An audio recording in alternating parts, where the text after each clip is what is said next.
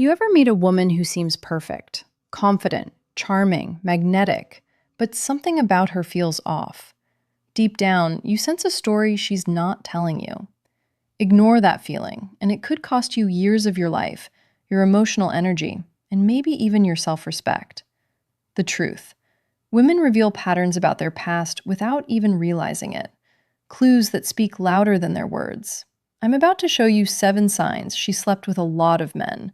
And the fourth one is the most dangerous manipulation tactic I've ever seen a woman use. As a relationship coach, I've watched countless men realize too late they ignored the signs. They thought everything was fine until it wasn't. Don't be that guy. Spot these patterns early, and you free yourself to find a relationship that truly works for you. Subscribe and share in the comments a moment you suspected something was off in a past or current relationship. Your story might be exactly what another man needs to hear to avoid the same trap. Because in just a moment, I'm going to reveal the first sign. And trust me, it's one most men mistake for a good thing. She's too comfortable with intimacy too soon. Number 1, she's too comfortable with intimacy too soon. Now, I want you to really hear me here, because this is where most men get it wrong. You meet a woman and within days, sometimes hours, she's talking about physical closeness like it's ordering coffee. She sits across from you, locks eyes, maybe throws in a sly comment about past experiences, and you're thinking, wow, she's confident, she's liberated, she's into me. No, my friend, what you're seeing might not be confidence, it might be emotional erosion. A healthy woman, one who values connection, will have a natural barrier when it comes to intimacy. Not because she's shy or repressed, but because she understands its weight. She knows that real closeness is meant to build over time, layered with trust, vulnerability, and the emotional investment. When that barrier is missing, it's not liberation, it's a red flag. It means those boundaries have been crossed so many times, they no longer exist. Think about it like a lock that's been forced open too many times. At some point, it doesn't protect anything anymore. It just hangs there, useless. That's what happens when a woman has repeated high-intensity encounters without the emotional foundation. The meaning is stripped away, and intimacy becomes mechanical, something to do, not something to feel. Watch the little signs. Does she blush when the conversation turns intimate? Does she have moments where she hesitates, where her body language says she's processing what this means? Or does she glide through it like she's been down this road 1,000 times? Does she casually brush her knee, lean in just enough to make you feel the spark, without the slightest flicker of vulnerability? That's not chemistry. That's muscle memory. The real danger? You'll mistake her lack of modesty for deep connection. You'll think, we've got this crazy spark. It's fate. But the truth is, she's reenacting a script she's played before, and you're just the latest co-star. The words feel familiar to her because they are familiar. The rhythm, the timing, the way she touches you, it's all practiced. And here's what's brutal. When intimacy loses its emotional weight, it's almost impossible to get it back. You can't recreate the magic of first with someone who's made that moment a routine. You'll notice there's no buildup, no emotional tension, no sense of rarity. The bond you think you're forming, it's weaker than you realize because the glue, emotional exclusivity, is missing. So here's my warning. Don't confuse instant comfort with genuine connection. Just because she's willing to cross the line early doesn't mean she's choosing you. It might mean the line doesn't exist anymore. And if that's the case, you're walking into a relationship where the most important bond, the one that grows from intimacy, is already broken before you even begin. She carries a permanent emotional wall. Number 2, she carries a permanent emotional wall. This one is subtle, and it fools even the most emotionally intelligent men. She can sit across from you smiling, laughing, engaging in playful banter. She might even share stories from her life, funny ones, charming ones, maybe even a few vulnerable moments that seem deep. But here's the truth. You're not getting the real her. You're getting the performance. A woman with a permanent emotional wall has mastered the art of letting you feel close without ever letting you be close. It's like she's giving you a tour of her house, but keeping every important door locked. You can peek through the hallway, admire the decor, maybe step into the living room, but the rooms where the real stories are kept, those stay shut. This wall is not the same as healthy boundaries. Boundaries protect you both while you get to know each other. This is different. This is a defense mechanism built brick by brick over years of bonding, deeply losing, and deciding never again. Every man before you has contributed to those bricks, some through betrayal, others through breakups that left her raw. Now, she's a fortress. You'll notice it when conversations start to hover on the surface. Ask her about her fears, her childhood, the defining moments that shaped her, and she'll pivot. Maybe she'll crack a joke. Maybe she'll answer in vague cliches. Maybe she'll subtly change the subject so smoothly you barely notice. But deep down, you'll feel it. She's holding something back. Here's where it gets dangerous for you. A man who's serious about connection will naturally share parts of himself first, hoping it inspires her to do the same. You'll open up about your struggles, your ambitions, your past heartbreaks, and she'll respond warmly, maybe even in a way that makes you think she gets it. But her response will lack matching depth. She's reacting, not reciprocating. Over time, this creates an imbalance. You're giving more than you're receiving. You're investing emotionally into a relationship that's capped from the start.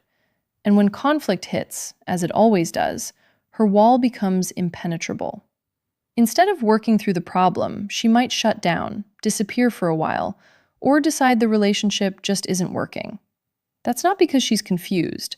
It's because she's learned that staying behind the wall feels safer than risking intimacy. So pay attention. If weeks turn into months and you're still circling the same surface-level conversations, still feeling that invisible gap between you, no matter how close you get physically, it's not in your head, it's the wall. And loving someone who hides behind it will drain you, slowly and quietly, until you wake up realizing you've been alone the whole time. She has an overcrowded male network. Number 3. She has an overcrowded male network. You've probably heard the phrase, "they're just friends." And yes, sometimes that's true. But when a woman's social circle is heavily male, when her phone lights up all day with messages from guys you've never met, when she somehow has a story about this one male friend for every topic you bring up, you're looking at a pattern, not a coincidence. Here's what you need to understand. Women who constantly keep multiple men in their orbit aren't just naturally friendly. In many cases, it's a validation loop. It's about always having a stream of male attention flowing in, no matter her relationship status. It's a quiet, constant hit. I'm wanted. I'm attractive. I'm relevant. And that's addictive. Watch for the signs. She maintains contact with ex-boyfriends, plural.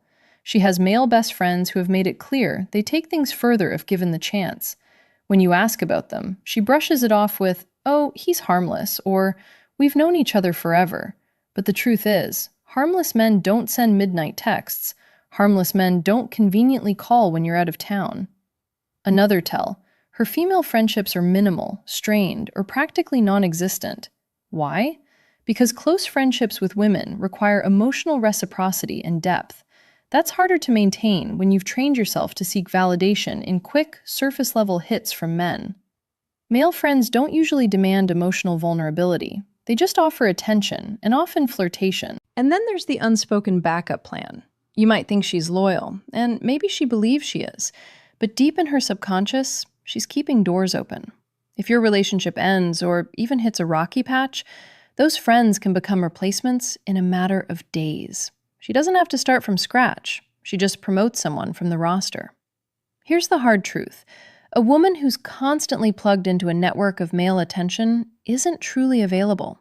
Not emotionally, not mentally, and no matter how much she insists they're just friends, you'll always feel the quiet pull of competition.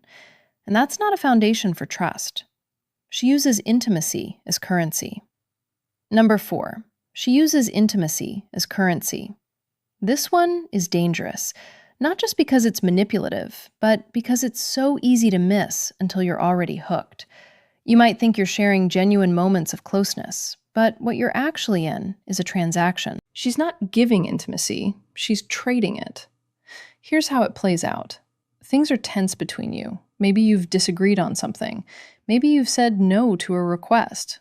Maybe she's caught in a lie. Suddenly, her body language shifts. She becomes softer, more affectionate, maybe even physically seductive. And just like that, the tension dissolves. You feel closer again. Problem solved, right? Wrong. The problem didn't go away. It just got paid off. On the flip side, when she's upset or wants to make a point, intimacy is the first thing she withholds. Not because she's genuinely not in the mood, but because she knows it gets a reaction. It's punishment dressed up as boundaries. She's learned that your desire for closeness can be leveraged to get what she wants, whether that's an apology, a favor, or your silence. This is not natural feminine intuition. This is learned strategy. Women who have spent years in short, high-turnover relationships often figure out which tools work fastest to regain control. And physical intimacy, when weaponized, is one of the most powerful. It's the ultimate bargaining chip because it taps into your biology, your emotions, and your ego all at once. The key word here is timing. Pay attention to when the affection flows and when it dries up. Is it spontaneous? Or does it always seem to arrive right after you've done something she wanted?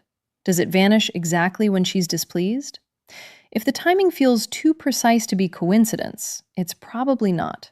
Because make no mistake, when intimacy becomes currency, love becomes business. And in that kind of business, you're never truly an equal partner. You're just a customer who doesn't realize he's paying.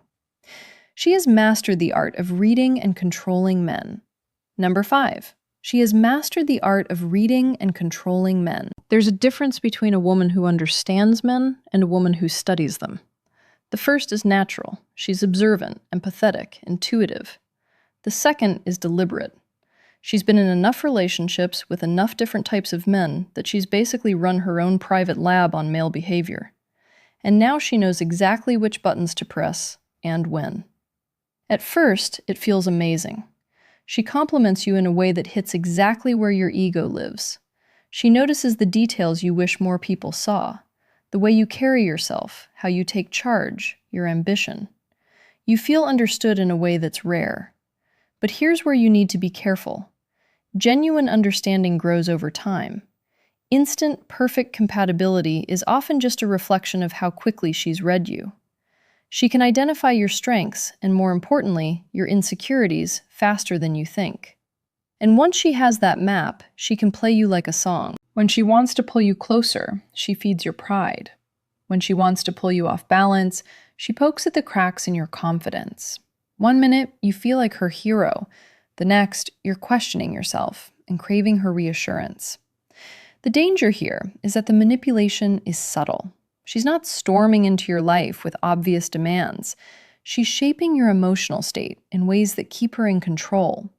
She knows when to be sweet, when to be distant, when to praise, and when to let silence do the work. Every move is calculated to keep you invested and unsure at the same time. The scariest part, men often mistake this for passion. They confuse emotional volatility with deep connection. The highs feel intoxicating. The lows make you chase harder. And before you know it, you're addicted to the cycle. That's not love, it's conditioning. If you start to feel like every emotion in your relationship is being managed, it's because it is. And once you see the strings, you can't unsee them. That's when you have a choice. Keep dancing for her approval, or walk away and reclaim the control she's been holding all along. She has no shame or discretion about her past. Number 6, she has no shame or discretion about her past. Let's get something straight. This isn't about policing someone's history or expecting perfection. We're talking about the natural sense of privacy and selectivity that protects emotional intimacy. When that's gone, it says a lot about how she views connection and how she might view you. A woman with no shame or discretion about her past doesn't just share stories about her exes. She tells them casually, like she's recounting a weekend trip. She might openly discuss the number of people she's been with, or give you vivid details about past relationships, almost as if she's trying to prove she's experienced. And here's the kicker. She sees it as a positive selling point. You'll notice there's no hesitation in her delivery, no softening of the language, no sense that certain things are too personal to broadcast. That's because to her, they aren't personal anymore. They've been normalized through repetition. When something intimate has happened enough times, it stops feeling rare. And when it's not rare, it's not sacred. Ask her a question about her past and watch the reaction. If she becomes defensive, flips it back on you, or accuses you of being insecure or old-fashioned, that's not just deflection. It's an unwillingness to acknowledge how her past might affect the present. She's not engaging with the impact, only the argument.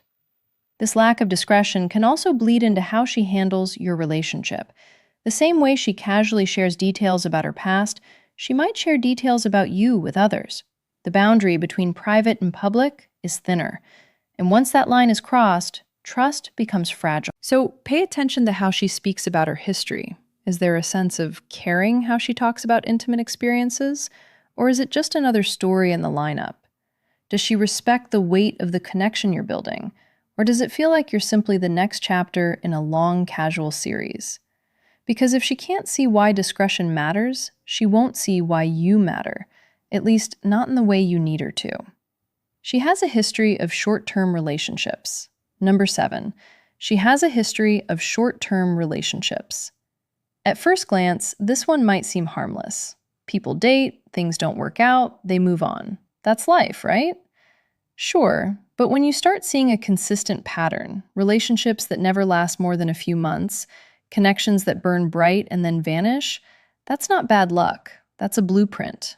In these cases, every relationship she's had follows the same arc. Intense attraction in the beginning, rapid escalation, and then an equally rapid collapse.